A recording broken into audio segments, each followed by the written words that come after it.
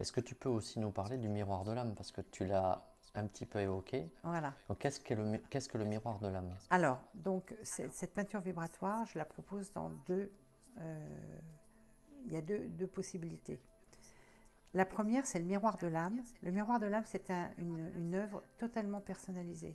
Elle ne concerne qu'une personne et elle se réalise, alors là, dans le calme le plus complet, donc l'atelier, tout fermé, très souvent la nuit, parce qu'en fait, c'est une connexion d'âme à âme. L'âme, la personne qui m'a demandé ce miroir, même si c'est un cadeau qu'on veut faire à quelqu'un, Oui. moi j'appelle la personne en question et en fait son âme vient se connecter avec la mienne et elle vient vibrer des informations que je dépose sur la toile. Alors comment je dépose sur la toile? Je ne prends jamais de crayon pour dessiner, jamais de fusain. Je dépose des couleurs sur la toile, les couleurs qui sont appelées. C'est Oui. comme si j'ai le sentiment presque qu'on me prend le poignet pour aller vers des couleurs particulières. Je dépose ces couleurs, je laisse sécher et je regarde. Et quand je regarde, il y a une histoire qui se trame.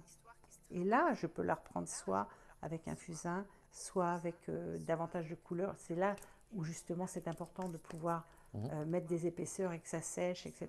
Parce que c'est pour aller chercher la quintessence de ce qui se passe dedans. D'accord. Voilà. Et donc chaque miroir de l'âme raconte l'histoire, une histoire ou plusieurs histoires qui peuvent aider donc cette personne à toujours, l'idée c'est de comprendre de plus en plus qui l'on est pour pouvoir avancer le mieux possible dans la vie avec le plus de bonheur et voilà. Donc voilà, ça c'est ça. Et quand la personne reçoit son miroir, il y a une connexion qui se met en place, ça c'est sûr. Donc là pareil pour le miroir, je reçois un texte, un titre, Oui. etc. De la même manière. Et généralement, bon, quand je peux voir les gens, c'est bien parce qu'on en parle directement. Je les laisse entrer dans la toile. Je leur dis pas, il y a ça, ça, ça. Je les laisse entrer. Et quand ils n'arrivent pas à voir, je les guide très légèrement. Je les ouvre. Mhm. J'ouvre une petite porte, mais pas toutes les portes. Parce qu'en fait, la petite porte, elle leur permet d'entrer dans ce qu'ils sont. Et à force d'entrer, ils comprennent. Et ils vont revoir l'œuvre. C'est comme pour les cartes. Ils vont voir l'œuvre encore d'une façon différente. Et à chaque fois, c'est une étape qui est franchie. Et ça, ce miroir de l'âme, c'est un miroir qu'on fait pour la vie.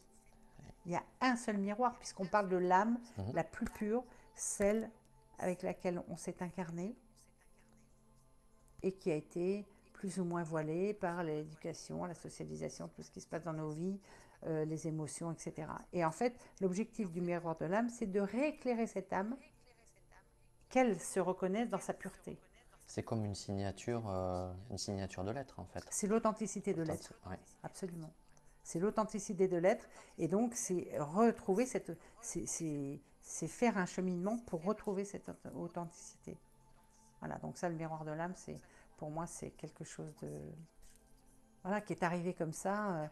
Je l'ai appelé le miroir de l'âme, je ne sais pas pourquoi, voilà, parce que j'ai vu que les gens réagissaient beaucoup, et en règle générale, ça parle toujours, et même au plus circonspect ou Oui. interrogatif.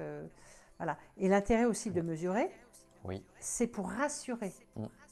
Moi, je sais que c'est. Mais pour des gens qui sont un peu plus cartésiens et tout, ce que je peux tout à fait envisager, il faut tout pour faire un monde, c'est bien de pouvoir générer une explication. Et entre autres, avec une mesure, ça rassure un petit peu.